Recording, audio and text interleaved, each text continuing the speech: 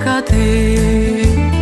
Prin Maria Domnul s-a născut, cuvântul s-a împlinit, că Cel se va naște ne va aduce pace și iertare de păcate. Bucurie mare este astăzi sărbătoare, pruncul Iisus a venit.